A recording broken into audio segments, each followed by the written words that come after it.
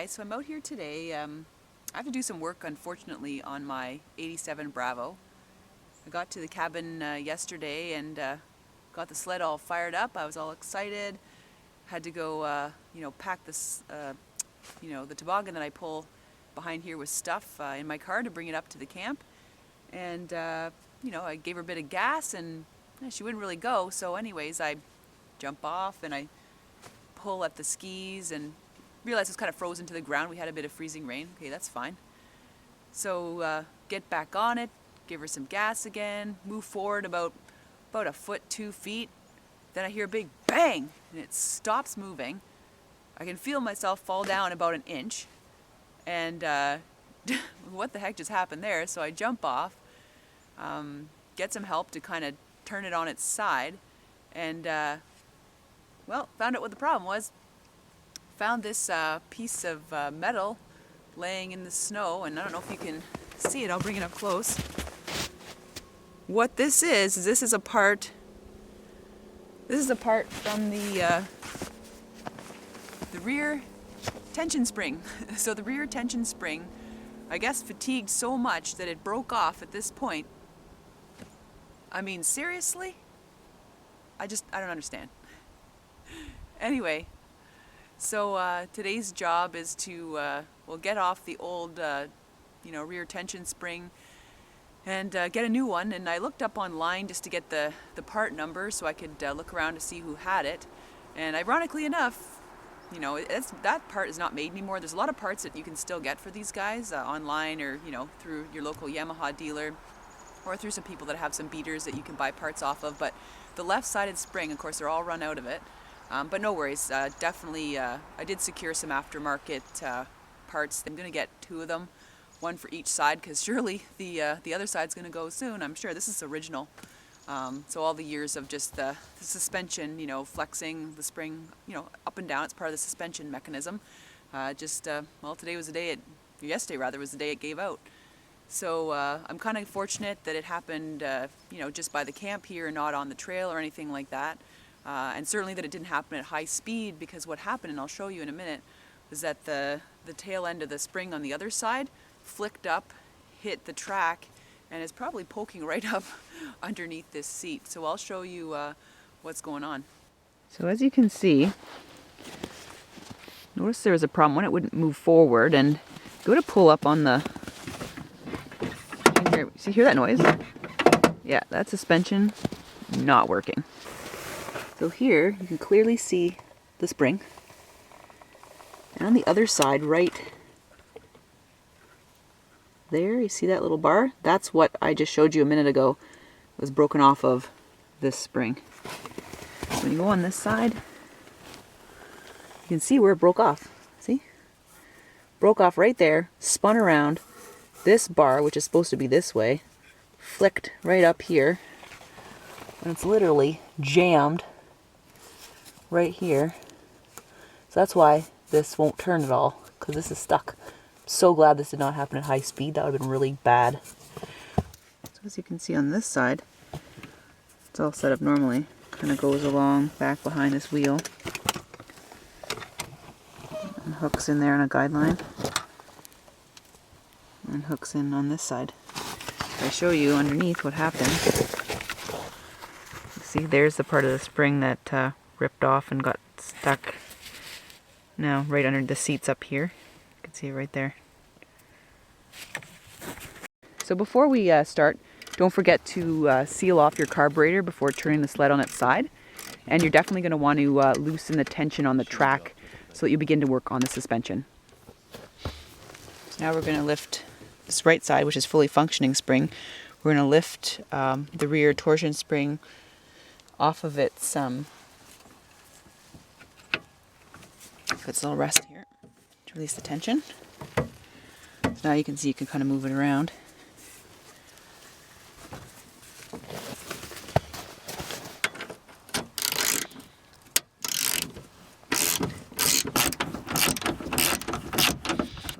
There we go. Okay, so this kind of pulls down.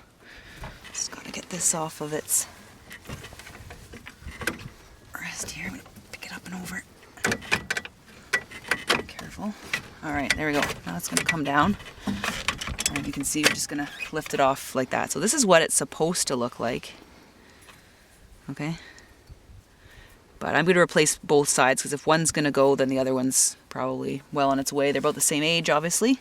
So now I've got to undo this bolt right here and pull this off. I'll be careful. I mean, there's definitely under some tension there, especially up here. So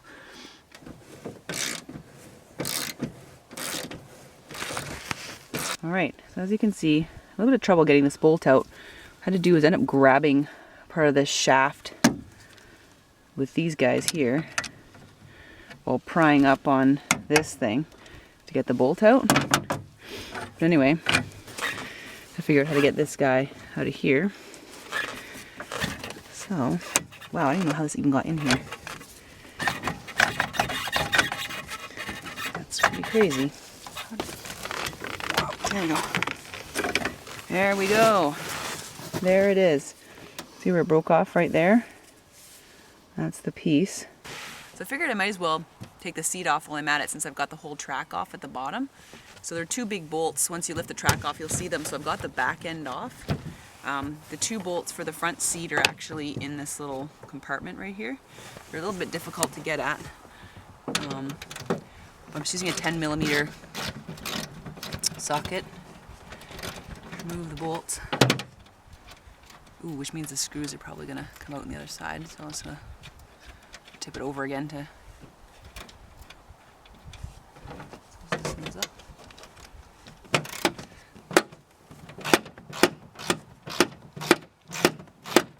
You see it's pretty ripped up. I'm just gonna recover it.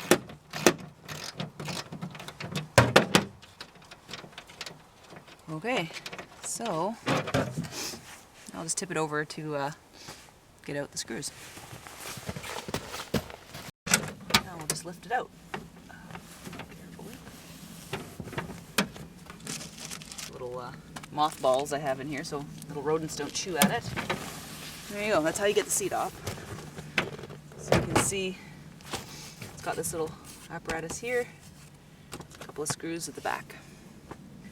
And the bolts actually, I thought they were going to fall out, but they didn't. They're just underneath here. So I'll probably replace the wood because it's kind of rotten and moldy, and I'll recover this brand new. All right.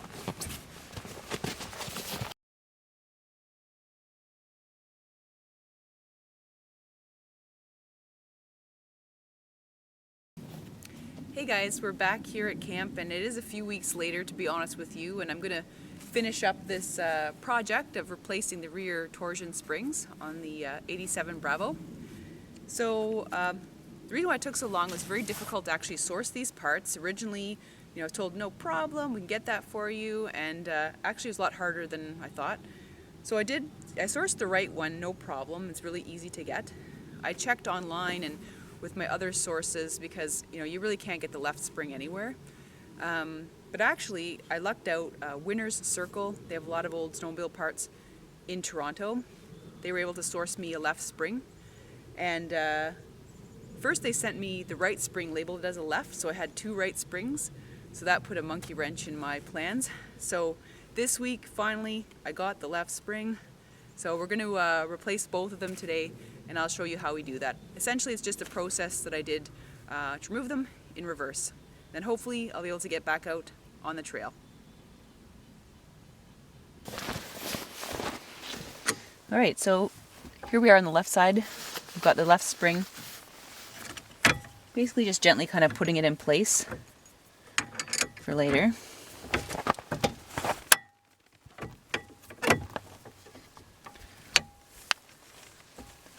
Won't put on its seats just yet.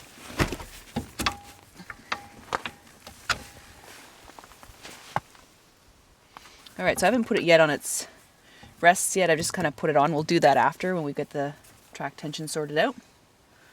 We'll switch over to the right side. Now I'm here on the right side. Do the same thing. Just going to get the springs back on here. What's this to help me? Get up over this wheel.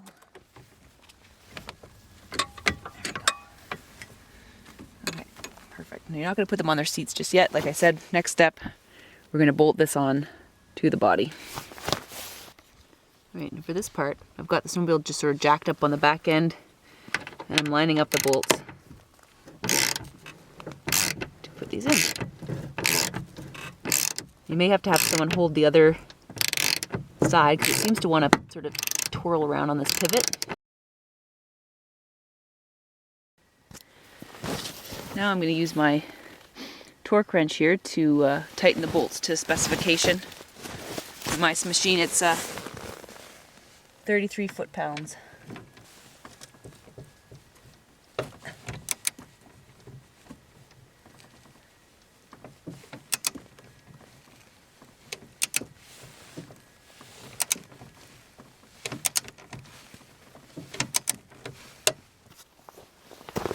On the left side now, just going to torque this up. Got someone on the other side just holding the other bolt. Let's get them on there. There we go. So now with everything tightened up, what we're going to do is seat the springs back on the top of their mounts. So it's going to be a bit of a job, but we'll see.